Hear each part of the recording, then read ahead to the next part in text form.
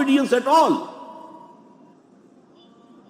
چنانچہ اس پر جو وعید آئی ہے سورہ بقرہ کی آیت نمبر 85 میں، افتؤمنون ببعض الکتاب وتکفرون ببعض،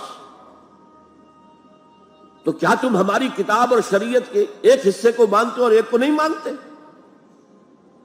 فما جزاء من يفعل ذلك منکم، تو جو کوئی بھی تم میں سے یہ روش اختیار کرے گا اس کی کوئی سزا نہیں ہے الا خزي فی الحیات الدنیا، سوائے اس کے کہ دنیا کی زندگی میں ذلیل اور خوار کر دیے جائیں. وَيَوْمَ الْقِيَامَةِ يُرَدُّونَ إِلَىٰ أَشَدِّ الْعَذَابِ، اور قیامت کے دن شدید ترین عذاب میں جھونک دیے جائیں. وَاللَّهُ بِغَافِلٍ عَمَّا تَعْمَلُونَ، اور جو کچھ تم کر رہے ہو اللہ اس سے غافل نہیں ہے. تم اپنی ظاہری ٹیپ ٹاپ سے، اپنے داڑھیوں کے طول سے اللہ کو دھوکہ نہیں دے سکتے، اپنے عمروں اور حجوں کی تعداد سے اللہ کو دھوکہ نہیں دے سکتے. He sees you through and through، تمہارے باطن کو دیکھتا ہے، تمہارے دل کو دیکھتا ہے. اسے معلوم ہے کہ تم نے حج تو کیا، حرام کی کمائی سے کیا. یہ بڑی شدید وعید والی آیت ہے قرآن مجید میں کہ جس کا نقشہ ہماری نگاہوں کے سامنے آج دنیا میں مسلمانوں کی کیا وقت ہے، کیا حیثیت ہے.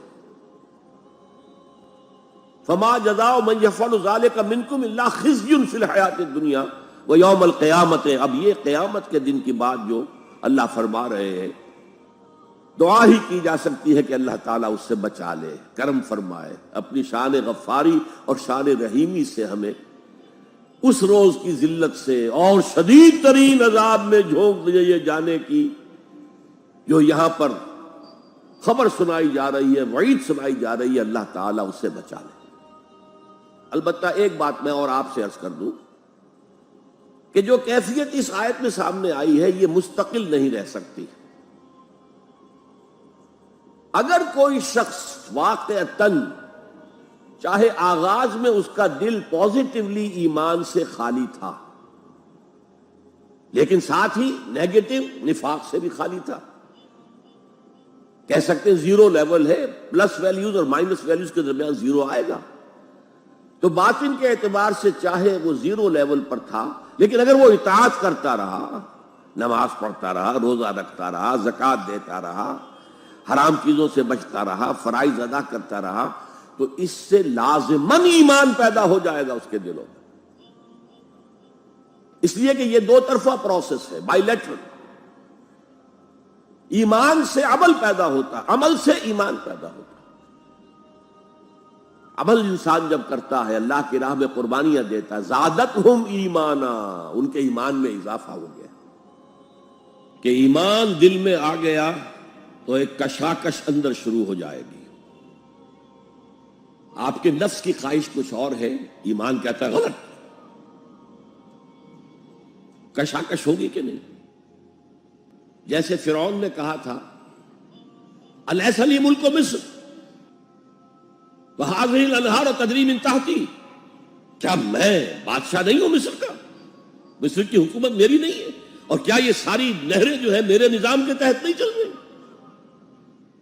اسی طرح برا نہ مانیے، ہمارا نفس کہتا ہے یہ جسم میرا ہے، میری ملکیت ہے، اٹس مائی ڈومین، میری خواہش پوری کرنی ہوگی.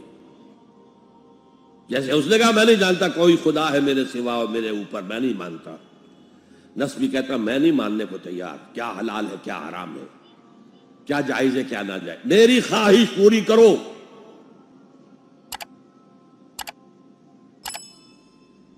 اس کے خلاف جہاد.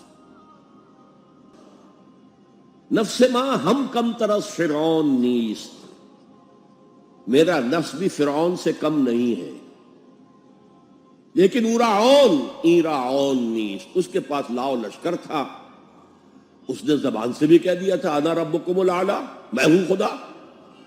میرا نفس بیچارہ اس کے پاس کوئی لاؤ لشکر نہیں، زبان سے تو یہ کچھ نہیں کہتا، اندر یہی کہتا میں بادشاہ ہوں اس وجود کا، میری مرضی پوری ہو.